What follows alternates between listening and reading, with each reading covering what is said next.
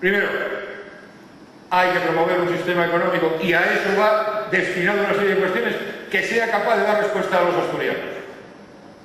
No puede ser que sigan sucediéndose generaciones tras generaciones y sigamos teniendo que mandar a nuestra gente fuera porque Asturias no le puede dar una respuesta.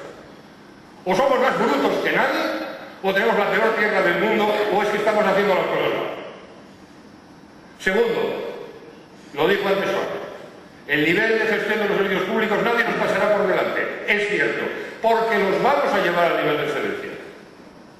No a un nivel cualquiera, no, al nivel de excelencia.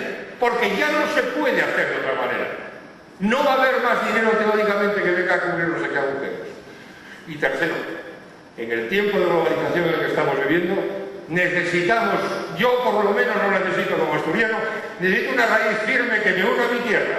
No porque eso excluya a nadie de mi tierra, sino porque es la mía. Y necesito sentirme unido a ella. Y por eso necesito que lo que es la representación de esa tierra y de esa patria asturiana, esa cultura con C mayúscula, la protejamos y la desarrollemos.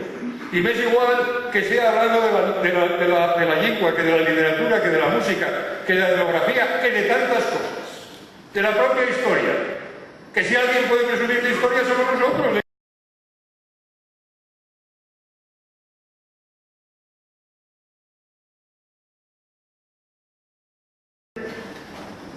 La historia de Asturias, de progresiva decadencia, de distanciamiento cada vez mayor, de una economía muy amortigañada, de leyendas urbanas de rapazos que tienen que emigrar, de mujeres que acceden con más dificultad todavía que en el resto de España y de Europa al trabajo, de salarios mileuristas, va a continuar. Y el desprecio a lo nuestro, el desprecio a la nuestra historia, a la nuestra lengua, a la nuestra música, la su ausencia a los medios de comunicación, el asco que tienen muchos gobernantes, va a seguir.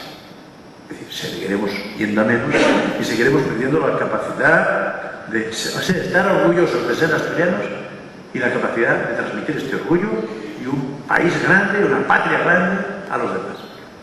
Depende de nosotros. Depende de nosotros.